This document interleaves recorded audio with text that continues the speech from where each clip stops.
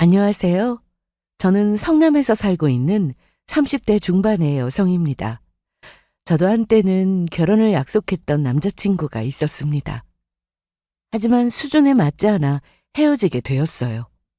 제가 살면서 급이 맞지 않는다는 말을 들어본 건 처음이었는데 공무원 시험에 합격했다고 세상 모든 걸 가진 듯 착각한 남친이나 그 엄마나 저를 무시하더라고요. 공무원 시험에 합격할 때 묵묵히 기다려주었더니 저에게 돌아온 건 이별 통보였습니다. 내 아들이 되기 힘들다던 공무원이 되었는데 아무리 생각해도 너랑 결혼시키기 너무 아깝단 말이야. 자기 아들 공부한다고 이것저것 챙겨줄 땐 고맙다고 하더니 시험에 붙고 나서는 완전히 다른 사람이 되어버린 남친의 어머니는 저런 막말도 아무렇지 않게 했습니다. 결혼해서 애 낳고 살다가 이혼하는 세상인데 연애하다 헤어질 수도 있고 결혼식 앞두고 헤어질 수도 있는 게 인생 아니겠어요? 그래서 저도 오래 만난 남자친구였고 결혼도 약속했지만 서로 갈 길이 다르다면 이별하자는 말을 받아들이고 좋게 헤어질 수도 있었습니다. 하지만 남자친구가 저에게 한 행동은 도저히 용서할 수 없었습니다. 그래서 법의 테두리 안에서 제가 할 수 있는 건 뭐든 다 했는데요.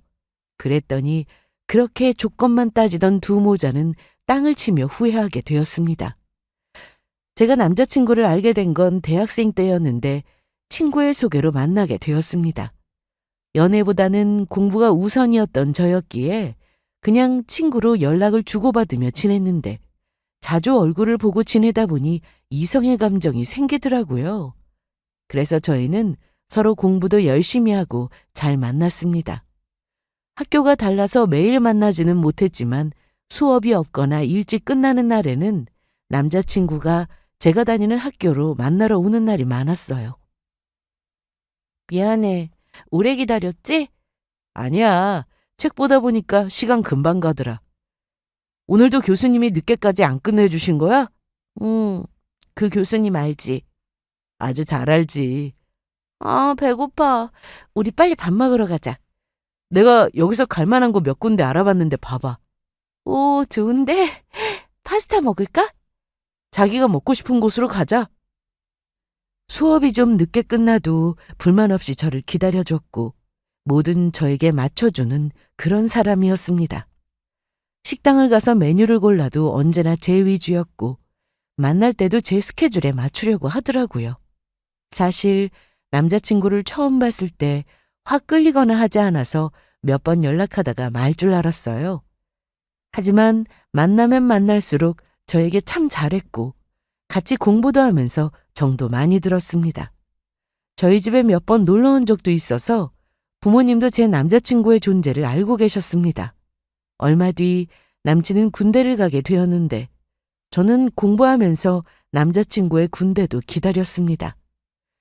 면회를 나오면 꼭 저를 만나고 들어갔는데 남자친구의 부모님과 같이 식사를 할 때도 많았습니다. 사실 처음에는 결혼이라는 생각을 해본 적은 없었는데 남친을 만나면 만날수록 편했고 서로 대화도 잘 통했고 그러다 보니 서로 말은 하지 않았지만 언젠가 결혼을 하게 된다면 남자친구와 하게 될 거라 생각했습니다. 남자친구의 생각도 마찬가지였고요. 남친이 군대에 가 있는 동안 저는 열심히 공부했는데요. 사실 제 꿈은 교사였습니다. 학창시절 교단에 올라 아이들을 가르치는 선생님을 보며 일찍이 교사가 되어야지 생각하며 꿈을 키워나갔습니다. 세상에는 참 많은 직업들이 있지만 저는 오로지 교사라는 꿈밖에는 보이지 않을 정도로 너무 간절했어요. 아무래도 부모님의 영향도 좀 있었던 것 같습니다. 엄마가 중학교 선생님이셨거든요. 엄마는 교사로서 자부심을 갖고 일을 하셨는데 그러다 보니 집으로 편지를 잔뜩 들고 오시기도 하셨어요. 제자들이 엄마에게 편지를 써서 보낸 거였는데 내용은 거의 다 비슷했습니다. 늘 존경하고 좋아하고 또 보고 싶을 거라는 말이었죠. 엄마는 자기 전 소파에 앉아 편지를 하나하나 뜯어보며 입가에는 미소까지 지으셨는데 저도 이때 엄마처럼 누군가에게 존경받는 사람이 되고 싶다는 생각을 했던 것 같습니다. 그래서 저는 학창시절 공부를 정말 열심히 했습니다. 주변에서 성실하다는 말도 굉장히 많이 들었는데 그러다 보니 학교 성적은 늘 좋은 편이었습니다. 대학에 들어가 교직 이수 대상자가 되었고 그렇게 중등 교원 자격증을 딸 수 있었는데 문제는 임용고시였습니다. 남자친구가 군대를 다녀오고 저는 대학을 졸업 후 임용고시를 보게 되었어요. 하지만 생각보다 너무 어려웠습니다. 다음에 기회가 또 있을 거야. 그럴까? 열심히 하면 당연히 될 줄 알았는데 쉽지 않네? 경험 삼아 봤다고 생각하자. 정말 그랬습니다. 전 뭐든 열심히 하는 사람이라 생각했기에 열심히 준비만 하면 생각보다 빨리 교사가 될 수 있을 거라고 생각했어요. 얼마나 열심히 공부를 했는지 펜을 잡을 때마다 손은 아팠고 원래 어깨 통증이 좀 있던 터라 오래 책상에 앉아 있으니 이 통증이 점점 더 심해지더라고요. 남들은 쉽게 되는 것 같은데 저는 아무리 해도 멀게만 느껴지니 교사가 제 길이 아니라는 생각이 들기도 했습니다. 시험은 계속 떨어지고 나이는 먹고 점점 더 불안해졌는데 지우야, 괜찮으니까 조급해 말고 준비하자, 응? 그게 말처럼 쉽지가 않네. 불안해. 또 떨어지면 쉽게 붙으면 그게 시험이야? 엄마나 아빠한테 미안해하지 말고 너만 생각해. 부모님이 이런 말씀을 해주시니 너무 감사했지만 계속 용돈을 받아가며 시험에만 매달리는 게 쉬운 일은 아니었습니다. 남자친구도 남은 학기를 마치고 취업 준비를 하기 시작했는데 저처럼 꿈이 확실히 있는 건 아니었습니다. 그저 괜찮은 회사에 입사하는 걸 목표로 하고 있더라고요. 하지만 남자친구도 취업이 쉽지 않아 저처럼 힘든 시기를 보내야 했습니다. 면접을 보고 합격한 회사도 있었지만 이름 없는 중소기업이라며 마음에 들지 않는다고 했거든요. 원하는 기업에 합격하지 못해 힘들어하는 남친에게 제가 뭐라 할 말은 없었습니다. 저도 같은 처지였으니까요. 특히나 저는 중등 임용고시 준비를 하면서 다 왔다고 생각하고 단 한순간도 방심하지 않으려고 노력했지만 최종 탈락은 너무나도 힘들고 허탈했습니다. 그동안 부모님께 용돈을 다 쓰는 것도 죄송한 마음에 가외 알바를 하며 제가 쓸 돈은 제가 알아서 벌었는데 다시 시험을 본다 하더라도 합격한다는 보장이 없는 상황이라 빠르게 판단을 해야 했습니다. 여기서 공부를 더 할 것인지 아니면 그만둘 것인지 말이죠. 그래서 고민 끝에 그만하기로 결론을 내렸습니다. 지우야, 정말 괜찮겠어? 괜찮아. 더 나이 먹기 전엔 나도 취업해서 사회 경험 쌓아야지. 이대로 가다간 나중에 취업도 어려워질 것 같아. 부모님은 제가 아직 교사라는 꿈에 대해 미련이 많이 남아있다는 걸 아셨는지 몇 번이나 다시 도전해보라고 하셨습니다. 하지만 교사가 아니어도 세상에 여러 직업이 있으니 다른 일도 경험해보자는 생각이 들어서 이제 그만 접게 되었습니다. 그래서 저는 얼마 뒤 취업을 하게 되었습니다. 제가 하고 싶었던 일은 아니었지만 제가 이것저것 가릴 처지는 아니었기에 월급도 괜찮고 하는 일도 어렵지 않아 사무일을 보는 회사로 들어갔는데 막상 일해보니 나쁘지 않았습니다. 같은 부서 직원분들도 다 좋았는데 일이 힘든 건 참아도 사람 때문에 힘든 건 못 참는다는 말이 있잖아요. 저는 직원들 때문에 힘든 거 없이 즐겁게 회사를 다닐 수 있었습니다. 남친도 제가 취업한 지 얼마 되지 않아 중소기업에 합격했다면서 다니게 되었습니다. 그렇게 둘 다 직장인이 되었는데 평소처럼 퇴근하고 만나서 저녁을 먹으러 가던 중 남친이 갑자기 공무원 얘기를 꺼냈습니다. 공무원? 아니, 회사 취업한 지 얼마 안 됐는데 갑자기 공무원 시험을 본다니? 여긴 내가 원하던 회사는 아니야. 그건 자기도 알지? 알지. 그래서 더 후회하기 전에 공무원 시험 보려고 안정적이기도 하고. 그럼 지금 회사는? 일단 다니면서 준비해 볼 생각이야. 남자친구를 만나면서 공무원이 되고 싶다는 말은 들어본 적이 없었기에 이날 남친의 말에 놀란 건 사실이었습니다. 그런데 남자친구는 대학교 성적도 좋은 편이었고 공부도 제법 잘했기에 도전해보는 것도 나쁘지 않겠다 싶어서 응원해주기로 했습니다. 남친의 부모님은 자영업을 하셨는데 집에 가봐서 대충 사정은 알고 있었습니다. 그렇게 넉넉한 환경은 아니었어요. 하지만 남친을 많이 좋아했고 배경을 보고 만남을 시작한 것도 아니어서 집안 사정은 저에게 아무 문제도 아니었습니다. 남친은 회사를 다니며 저녁에는 공부를 했습니다. 인강을 들으면서 공부하느라 저와 자주 연락하지는 못했어요. 하지만 그럼에도 남친은 어떻게든 시간을 내서 저에게 문자도 하고 전화도 하며 항상 고맙다는 말을 해주었습니다. 지우야, 미안해. 원래 어제 만나기로 했는데 내가 어제 늦게 끝나서 공부도 제대로 못하느라. 괜찮아. 요즘 바쁜 거 잘 아는데. 공부는 잘 되어가고 있는 거야? 쉽지 않다. 양이 너무 방대해서 외울 것도 정말 많고. 그래도 나 정말 열심히 하고 있어. 길게 가지 않고 빨리 붙을 테니까 우리 그때 결혼하자. 알았지? 남친은 저한테 결혼 얘기를 자주 했습니다. 사실 오래 만나기도 했고 만나는 동안 서로 한눈을 판 적도 없었어요. 그러다 보니 자연스레 서로 결혼 생각을 하며 만나고 있었는데 남친은 자기가 공무원만 되면 안정적인 직장이 생기는 거니까 결혼해서 잘해주겠다는 말도 했습니다. 만나면서 계산적인 모습을 보여준 적도 없었고 한결같은 모습으로 믿음을 줬던 남친이었기에 잘 해내리라 믿었습니다. 저도 임용고시 준비를 해봤었기에 시험에 대한 압박감이 얼마나 심한지 잘 알고 있었는데요.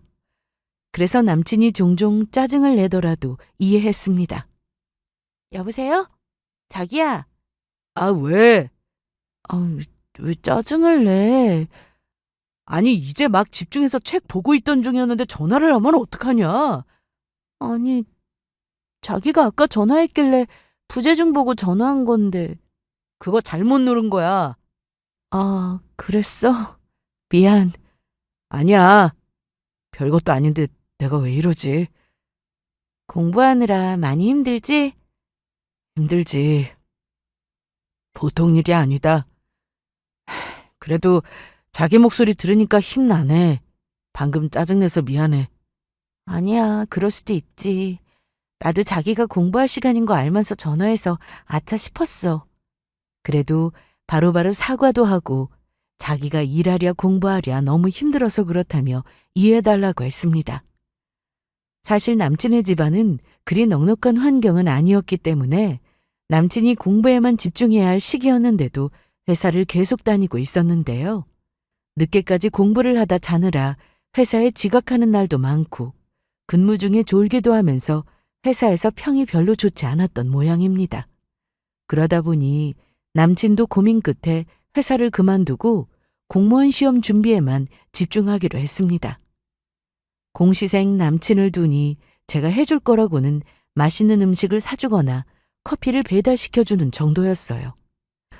회사를 그만뒀고 집에서 용돈을 타 쓰는 남친이었기에 데이트 비용도 제가 다 부담했습니다. 제가 직장인이라 아무래도 매달 돈을 벌고 있으니 당연했습니다. 만약 서로의 입장이 바뀐 상태였다면 당연히 남친도 이렇게 했을 거라 생각했기에 아깝다는 생각은 전혀 들지 않았습니다. 얼마 뒤 공무원 시험이 있었는데 제가 시험이 끝날 시간에 맞춰 시험장으로 가서 기다린 적이 있었습니다. 이미 전에 안 좋은 결과가 나온 적이 있었기에 이번에는 정말 열심히 준비했다던 남친이었는데 시험 시간이 끝나고 다른 사람들은 다 나오는데 남자친구만 안 보이더라고요. 무슨 일인가 싶어 계속 기다렸는데 남친이 제일 늦게 나왔습니다. 그런데 펑펑 울면서 나오길래 지원아, 왜 그래? 왜 울어? 아무래도 시험 망친 것 같아. 아직 모르잖아. 아니야. 저번보다 더 결과가 안 좋을 것 같아. 이번이 마지막이라 생각하고 정말 열심히 준비했는데, 이게 미치겠다. 저도 알고 있었습니다. 얼마나 열심히 준비했는지 말이죠. 제가 고민이 있고 힘들 때 남자친구는 언제나 제 편이었고 현실적인 조언도 잘해주던 사람이었습니다. 그래서 저도 남자친구에게 다음 기회를 노려보자면서 어떻게든 위로하려고 했는데 그 말이 와닿지 않았는지 내내 울기만 했어요. 솔직히 지금 상황만 보면 지치고 힘든 건 저도 마찬가지였습니다. 공부하느라 만날 시간은 없고 주말에 딱 하루, 그것도 2시간 정도 얼굴 보고 나면 헤어져야 하는데 상황을 비교하기 시작하니 끝이 없더라고요. 그래서 인생을 길게 보고 같이 헤쳐나갈 동반자라는 생각으로 남자친구를 만나왔습니다. 그러다 보니 저에게 짜증을 내고 예민하게 굴 때도 참고 견딜 수 있었어요. 이날 남자친구가 서럽게 우는데 제가 시험에 낙방했을 때가 떠올랐습니다. 저도 정말 누구보다 열심히 준비했는데 임용고시에 최종 탈락했을 땐 그 어떤 위로도 귀에 들어오지 않았거든요. 그래서 이럴 땐 그냥 두는 게 가장 낫다 싶어 다 올 때까지 기다려줬습니다. 시험장 앞에서 꺼이꺼이 울던 남자친구는 실컷 울었는지 힘없이 집에 가자는 말을 하더라고요. 그만 가자. 밥은 먹고 들어가. 입맛도 없는데 뭐. 정말 이럴 거야? 너 시험 끝날 때까지 나 여기서 기다렸어. 다리도 아프다고. 밥 먹는 거 어려운 거 아니잖아. 그리고 원래 맛있는 음식 먹으면 기분 좋아지잖아. 얼른 따라와. 그렇게 남자친구와 식사를 하러 갔는데 입맛이 없다던 남친은 잘만 먹더라고요. 어때? 맛있지? 맛있다. 이게 또 들어가네. 거봐. 오늘 시험 본다고 고생 많았어. 아직 결과 나온 것도 아닌데 너무 자책하고 그러지 마. 오늘 하루 정도는 실컷 놀자. 어? 그래, 그러자. 기회야 또 있으니까. 다행히 기분이 좀 풀린 것 같아서 이날 하루는 정말 실컷 놀았습니다. 그간 남자친구가 공부하느라 영화도 못 봐서 극장에 가서 영화도 봤고 나와서 노래방도 가고 여느 커플처럼 평범한 데이트를 했는데 저희는 너무 오랜만이라 아주 신나고 즐거웠어요. 그런데 얼마 뒤 합격자 발표 날이 되었고 남친은 시험에 떨어지게 되었습니다. 집에서는 시험 준비만 1, 2년을 한 것도 아니고 매번 붙지를 못하니까 이제는 그만 적고 다시 회사를 알아보는 게 어떻겠냐고 했다는데 남친은 쉽게 포기하지 못하는 듯 보였습니다. 그리고 저 역시 함부로 말할 수 없었어요. 그간 어떤 노력을 했는지 누구보다 잘 알고 있었으니까요. 그런데 시험 합격 발표가 나고 며칠 뒤 남친이 회사 앞으로 찾아왔습니다. 연락도 없이 말이죠. 지훈아, 전화도 없이 왔어? 길 엇갈리면 어쩌려고. 급히 나오느라 핸드폰 두고 왔어. 나 보고 싶어서 온 거야? 어. 같이 저녁 먹을까? 아니, 나 잠깐 할 말이 있어서 왔어. 뭔데? 그동안 나 믿어줘서 너무 고마워. 갑자기 왜 그래? 나 마지막으로 한 번만 더 해볼게. 시험 말하는 거야? 이번에 정말 마지막으로 해보고 또 안 되면 그땐 나 깔끔하게 포기하고 다시 회사 다니려고. 그래, 해봐. 이번엔 될 것 같아. 느낌이 좋아. 역시 너밖에 없다. 부모님은 빨리 그만두고 회사 알아보라고 하시는데 그건 너도 이해해야 돼. 부모님 입장은 또 다르니까. 알아. 그런데 나 너한테 이 말 꼭 하고 싶어서 왔는데 오길 잘했다. 여기까지 왔는데 커피라도 마시고 가. 그럴 시간이 어딨어. 나 얼른 가서 공부할 거야. 그래야 다음 시험은 합격하지. 남친은 이번이 정말 마지막이라면서 후회 없이 해보겠다며 돌아갔습니다. 그래서 저도 전보다 연락도 거의 하지 않고 묵묵히 기다렸어요. 그리고 드디어 시험날이 되었습니다. 저는 시험을 잘 보라고 문자 한 통을 보냈고 일부러 전화하지 않았습니다. 부담이 될 것 같았거든요. 시험장에도 오지 말라는 말에 안 갔는데 끝나고 전화가 왔습니다. 그런데 밝은 목소리였어요. 지우야, 나 시험 보고 지금 나왔어. 목소리가 좋네? 이번엔 실수는 없었는데 그래도 후련하다. 다행이었습니다. 잘 봤다 못 봤다 이런 말보다 후련하다는 말에 결과가 안 좋게 나오더라도 후회하지 않을 것 같다는 생각이 들었거든요. 그날 이후 합격자 발표가 나오기 전까지 저희는 그간 못했던 데이트를 실컷 했습니다. 나 솔직히 결과 나오기 전에 이런 말 하면 안 되는데 느낌이 전하고는 좀 달라. 어떤데? 잘 본 것 같아. 정말? 그런데 혹시라도 떨어지더라도 후회 없어. 공부라면 이제 지긋지긋하다. 이번에도 안 되면은 바로 취업할 거야. 이만큼 했는데도 안 되는 거면 내 길이 아닌 거지 뭐. 그런데 저도 왠지 느낌이 좋았습니다. 예상대로 남친은 필기에 합격했고 이후 면접 시험도 무사히 합격했습니다. 제가 더 기쁘더라고요. 정말? 정말 합격이야? 그렇다니까. 이상하게 요즘 좋은 꿈도 꿨는데 붙으려고 그랬나 봐. 그동안 나 때문에 힘들었지? 내 짜증 다 받아주고 돈도 많이 쓰고. 자기라면 안 그랬겠어? 나보다 더 잘해줬을 거면서. 그래도 고마워. 자기 아니었으면 나 진작 시험 포기했을지도 몰라. 다 자기 덕분이야. 이 와중에 제 덕분이라며 고맙다는 말도 잊지 않았는데 당장 만나고 싶었으나 가족들과 식사를 하기로 했다기에 주말에 만나기로 했습니다. 저희 부모님도 남자친구의 합격 소식을 너무나도 기다리고 계셔서 아주 기뻐하셨어요. 그렇게 고생을 하더니 너무 잘 됐다. 그렇지. 그런데 안 만나? 오늘 부모님하고 같이 저녁 먹기로 했대. 주연이 부모님도 아주 좋아하시겠어. 그래서 이날은 전화통화로만 축하를 해주고 주말에 남자친구를 만났습니다. 역시나 밝은 표정이었습니다. 축하해. 고마워. 부모님이 많이 좋아하시지? 말해 뭐해. 난리가 나셨다. 나 공무원 됐다고. 오늘은 너 돈 하나도 쓰지 마. 내가 밥도 사고 커피도 사고 선물도 사줄게. 왜 그래? 그냥 같이 내자. 싫다니까. 네가 사준 펜이랑 노트랑 또 문제집에 엉덩이 아프다고 방석도 사주고 나도 다 해줄 거니까 기다려. 정말? 당연하지. 내가 또 한다면 하는 사람이잖아. 두고 봐. 나 진짜 너한테 받은 거 몇 배 이상으로 너한테 잘하고 살 거니까. 말만 들어도 기분이 좋아졌습니다. 남친은 시험에 합격한 뒤 발령이 나기 전까지 이것저것 준비하느라 바빴는데 그 바쁜 와중에도 저한테 자주 전화했고 자주 만나려고 했습니다. 그리고 몇 달 뒤 저는 프로포즈를 받았습니다. 남자친구와 당연히 결혼할 생각이었던 저는 예상은 했지만 말도 없이 저를 불러내더니 갑자기 반지를 꺼내서 주는데 너무 놀랐습니다. 뭐야? 내가 말했잖아. 이제 고생 끝이라고. 공무원 월급 얼마 안 되지만 그래도 자기 고생 안 시키고 잘할게. 대단한 이벤트는 아니었지만 이날 집 앞이라고 해서 편한 차림으로 나갔다가 아주 큰 감동을 받고 엉엉 울기도 했습니다.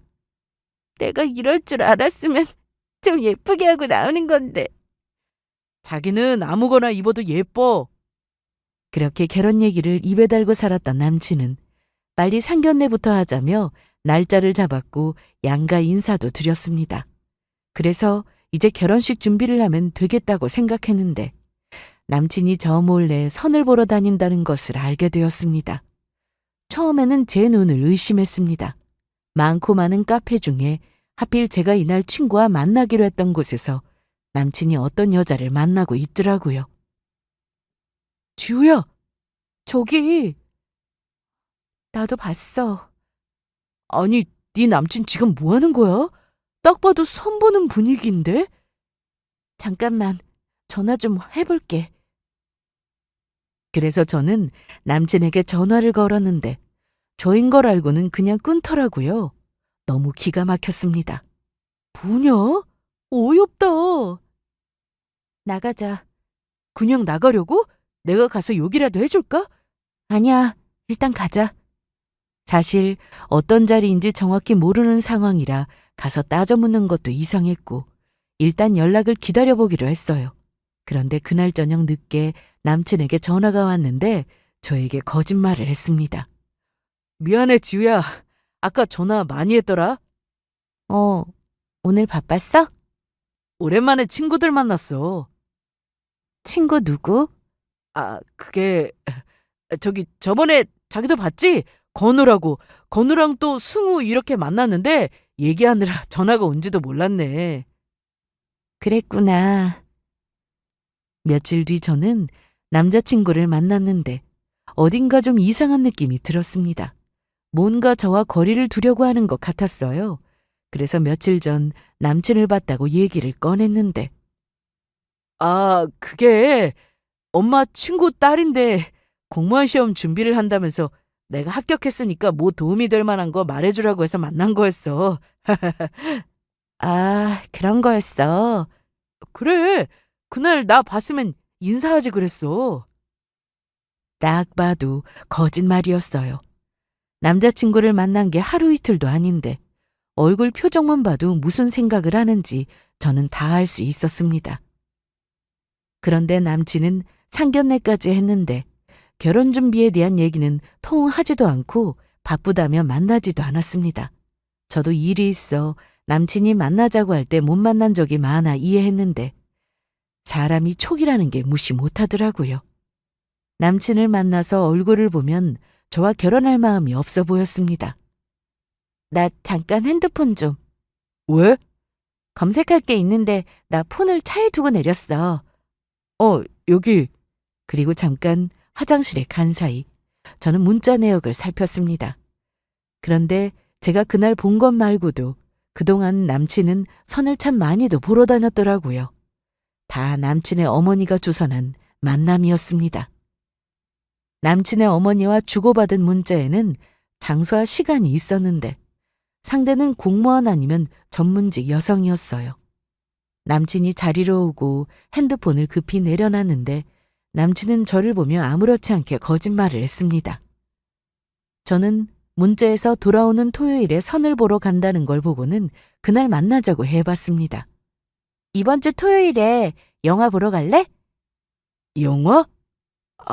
어쩌지. 그날은 내가 일이 있는데. 무슨 일? 친구 아버지가 돌아가셨는데 워낙에 친한 친구라 아침부터 가서 같이 있기로 했거든. 장례식장에 간다고? 미안하다. 그래, 어쩔 수 없지. 남들처럼 2, 3년 연애하고 결혼 약속을 한 것도 아니고 20대 초반에 만나 군대도 기다리고 언제 끝날지 모르는 시험도 함께 했는데 이런 식으로 사람 뒤통수를 치니까 너무 어이가 없었습니다. 사람 마음이라는 게 결혼 약속을 하고도 변할 수 있는 거라 생각을 합니다. 결혼하고 이혼도 하는 세상에 아직 식도 안 올렸는데 얼마든지 헤어질 수 있죠. 하지만 상견례까지 하고 결혼할 사람을 두고도 선을 보러 다닌다는 건 상대방에 대한 예의가 아니죠. 차라리 헤어지고 다른 여자를 만나러 다닌 거라면 제가 이렇게까지 화가 나지는 않았을 겁니다. 그래서 남친이 선을 보기로 한 토요일에 그 장소에 가서 뺨이라도 때려줄 생각을 하고 있었는데 금요일에 남친의 어머니한테 연락이 왔습니다. 여보세요? 나야, 지원이 엄마. 네, 안녕하세요. 나 지금 우리 지원이랑 집 근처에 와 있는데 잠깐 나올래? 네, 나갈게요. 느낌이 왔습니다. 갑자기 찾아온 이유는 딱 하나였죠. 저는 대충 준비하고 나갔는데 남친의 어머니가 저를 위아래로 훑어보더니 넌 옷이 이게 뭐야? 좀 예쁘게 입고 나오지? 제 옷이 어디가 어때서요? 아니다. 뭐 마실래? 내가 사줄게. 커피 마실 거지? 내가 주문하고 올게. 그렇게 남친이 주문하러 간 사이 남친의 어머니가 먼저 얘기를 꺼냈습니다. 너 회사 그만뒀다며? 네. 아니 회사를 그만두면 어째? 뭐 하려고? 그건 제가 알아서 할게요. 뭐? 그런데 왜 오신 거예요? 뭐 말 길게 할 거 있니? 본론부터 얘기하마. 아무리 생각해도 이 결혼은 좀 아닌 것 같아서 말이다. 빨리 얘기하는 게 나을 것 같아 왔다. 요즘 공무원 시험 보는 사람들 많지만 그중 절반 이상은 다 떨어지잖아. 그건 너도 알지? 그렇게 어려운 시험에 합격한 게 우리 아들인데 옛날 같았으면 과거 급제한 거나 다름없잖아? 그런데 너랑 급이 맞겠니? 급이요? 그래. 너 다니던 직장 거기도 그저 그런 회사였잖아. 대기업도 아니고. 그런데 그 회사마저 관뒀으니 이제 백수인데 우리 아들하고 수준이 안 맞아. 결혼이란 좋아하는 감정만으로 하는 게 아니야. 어느 정도 둘이 수준이 맞아야 하는 거라고. 내 말 이해하겠니? 그런데 그때 남친이 자리에 오더니 자기 엄마 말을 듣고는 눈치를 살폈습니다. 너도 같은 생각이야? 어? 너도 내가 너랑 급이 안 맞다고 생각하냐고. 아니, 뭐... 말을 확실히 해. 그래야 얘가 단념을 하지. 네가 계속 이런 식이니까 얘가 아무것도 모르고 네 옆에 탁 붙어 있는 거 아니야? 엄마가 그러니까 내가 아까운 것 같긴 해. 참. 그래? 미안해. 이렇게 돼서. 미안해할 거 없어. 그런데 네 말에 책임은 져야 할 거야. 책임이라니. 무슨 책임? 만나다가 헤어질 수도 있는 거지. 당연하죠. 그런데 아마 제가 말한 책임이 뭔지는 저보다 더 잘 아실 것 같으니 잘 한번 생각해 보시고요. 저 먼저 일어나겠습니다. 결혼을 약속해놓고 선이나 보러 다니는데 저라고 결혼하고 싶은 마음이 들겠습니까? 하지만 이날 남친과 남친의 어머니를 만나고 나와서 집에 오는 길에 눈물이 나왔습니다. 제 20대를 함께 보낸 사람이었기에 이렇게 끝나는 게 너무 어이가 없어서요. 만난 기간이 중요한 건 아니지만 그만큼 남자친구를 믿었고 많이 좋아해서 더 용서가 안 되기도 했습니다. 저는 그날 집에 와서 부모님께 다 말씀드렸습니다. 결혼은 못한다고 말이죠. 엄마는 너무 기막혀 하셨고 아빠는 당장이라도 가서 남자친구 멱살이라도 잡아야겠다고 하셨지만 제가 말렸어요. 사실 그런 놈한테 미련 같은 건 남지도 않았습니다. 그동안 만남에 충실했고 저도 할 만큼 다 해서인지 붙잡고 싶은 마음도 들지 않았어요. 다만 사람을 이런 식으로 기만한 것에 대해서는 용서할 수 없었습니다.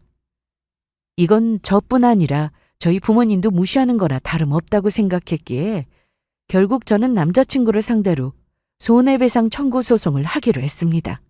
알아보니 위자료 청구가 가능하다고 하더라고요. 남친은 결혼을 약속하고 저 모르게 선을 보러 다녔으니 귀책 사유가 충분했고 아직 결혼 준비를 구체적으로 한 건 없어서 배상 청구는 할 게 없었지만 정신적 손해에 대한 위자료 청구는 가능했습니다. 제가 친구와 카페에 갔다가 남친이 선을 보던 모습을 목격하고 친구가 사진을 찍었는데 그 사진과 제가 전에 프로포즈를 받았을 때 남친 친구들이 찍어준 사진 그리고 그동안 결혼 전제로 만났다는 그간의 문자 등을 가지고 소송을 준비하게 되었습니다. 제가 소송 준비를 한다는 걸 알게 된 남친은 저를 찾아왔는데 야 서주, 너 지금 이게 뭐 하는 짓이야? 뭐가? 남녀가 만나다 보면 헤어질 수도 있는 거 아니야? 만나다 헤어지면 이런 식으로 다 소송하는 거냐고? 우리가 그냥 만났어? 결혼하기로 약속했어.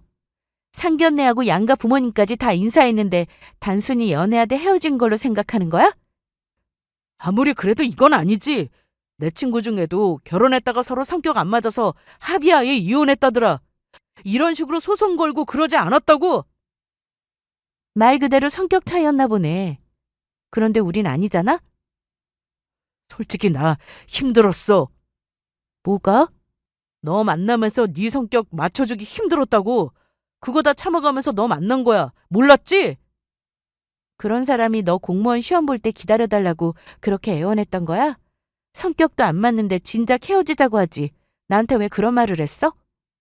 그건 저한테 문제가 있어서 헤어지자고 한 것처럼 하고 싶었는지 제 성격을 자꾸만 얘기했는데 거기다 해서는 안 될 막말까지 했습니다. 너 이번 소송으로 나한테 원하는 게 혹시 돈 아니야? 돈? 그래. 나 공무원 시험 준비하는 동안 네가 데이트 비용 쓰고 이것저것 사주고 했으니까 소송으로 돈이라도 뜯어내려고 이러는 거 아니냐고? 내가 뭐가 아쉬워서 너한테 돈을 뜯어내겠어? 너 백수잖아. 돈 없으니까 그러는 거잖아. 아니 우리 사랑해서 만났고 이제 그 마음이 식어서 결혼할 수 없으니 헤어지자는 건데 뭐가 문제냐? 너도 네 갈 길 가. 네 수준에 맞는 사람 만나라고. 그러려고. 그리고 나 백수 아니야. 번듯한 직업이 있는데 왜 자꾸 백수래? 내가 회사 그만둬서 지금 노는 줄 아냐? 임용고시 붙어서 곧 선생님으로 일하게 될 거야. 뭐? 아니 갑자기 그게 무슨 말이야? 너 지금 자존심에 거짓말하냐? 내가 넌 줄 알아? 앞에서는 결혼하자고 빨리 상견례부터 하자고 했던 놈이 나 몰래 뒤에서 선이나 보고 다니면서 거짓말이나 한 주제. 아, 알겠다. 네 수준이 딱 그 정도라 나도 그렇게 보인 거야? 그런데 난 너랑 달라. 난 너 만나면서 단 한 번도 계산하고 만난 적 없어. 너한테 쓰는 돈 아까워한 적 없고 나중에 다 받아내야지 이런 생각해본 적 없다고. 그런데 넌 아니지? 공무원 됐으니 네 급에 맞는 여자 찾아다닌 모양인데 어디 한번 잘 찾아봐. 그리고 내가 정말 백수였어도 돈에 아쉬울 사람으로 보이냐? 우리 집 너네 집보다 잘 살아. 네가 한 행동에 책임질 준비나 해. 제가 한창 임용고시 준비를 하던 때 여러 번 떨어지고 난 후 다시 시험 준비를 할 자신이 없었습니다. 그리고 자존감이 바닥을 칠 때 돈이라도 벌어야겠다 싶은 마음으로 다 접고 취업했던 거였는데 회사를 다니면서 교사에 대한 미련을 버리지 못하겠더라고요. 그리고 남자친구가 공무원 시험 준비를 하는 모습을 보고 저도 다시 공부를 시작하게 되었습니다. 남친의 공무원 시험 준비로 주말에나 그것도 아주 잠깐 만나는 게 전부였기에 저도 그동안 열심히 공부를 했는데 임용고시라는 게 공부에만 올인해도 될까 말까한 어려운 시험이잖아요. 그래서 초반엔 직장 생활하면서 시험 준비를 다시 시작했고 그러다 회사를 그만두고 본격적으로 공부에만 집중하며 살았습니다. 합격이 보장된 시험이 아니었기에 가족 말고는 아무도 제가 시험 준비를 하고 있는 걸 모르고 있었는데요. 남친도 이때는 공부를 하느라 제가 그냥 회사에 다니면서 지내는 줄 알고 있었습니다. 합격하고 말해도 늦지 않는다고 생각해서 조용히 공부를 하며 지냈어요. 그런데 상견례를 하고 얼마 뒤 임용고시에 합격하게 되었습니다.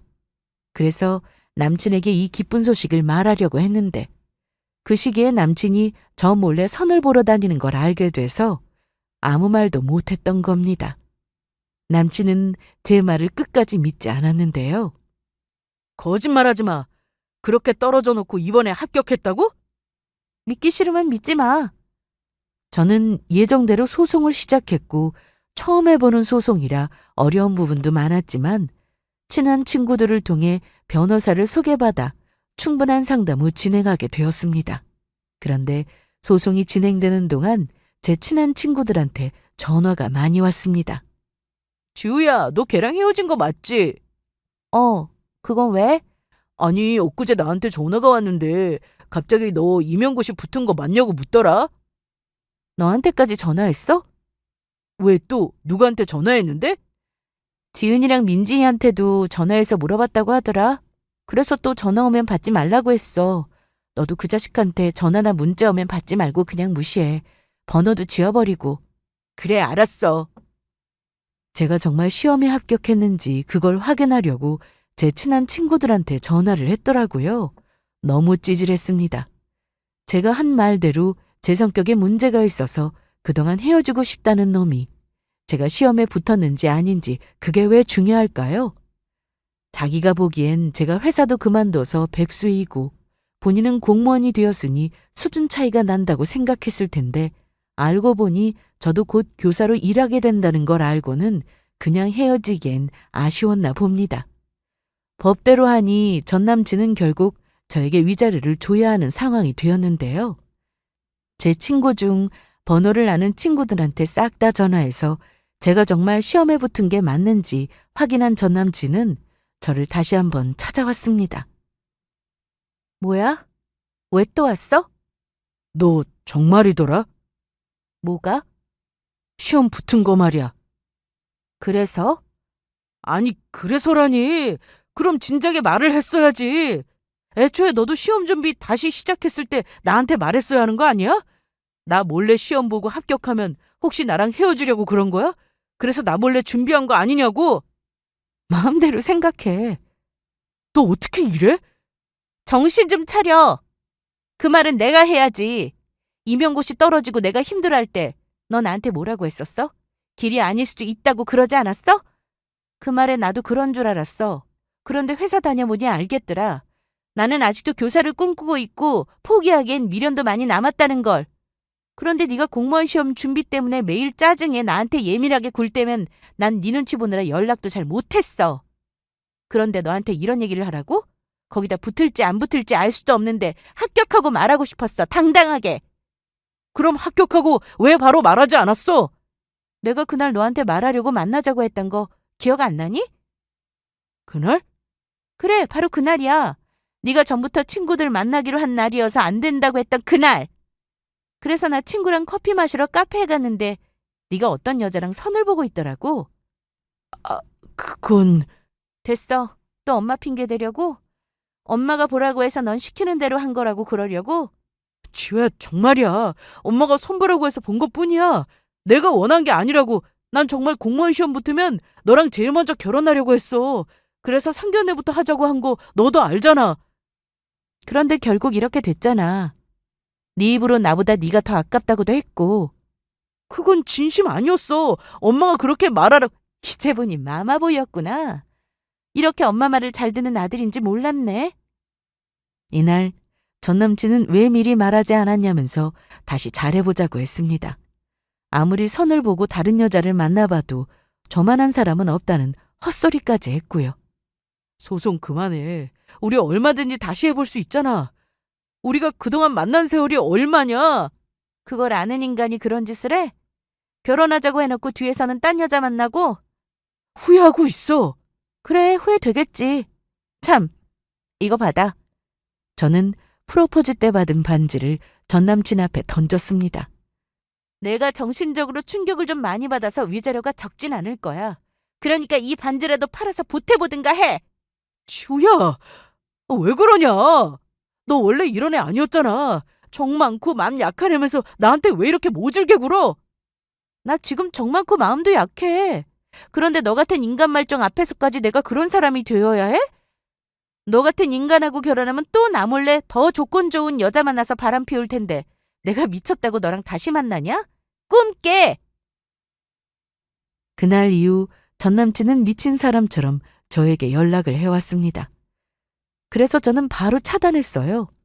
오래 만나서 이별 후 전 남친을 잊기까지 저도 많은 시간이 걸릴 줄 알았습니다.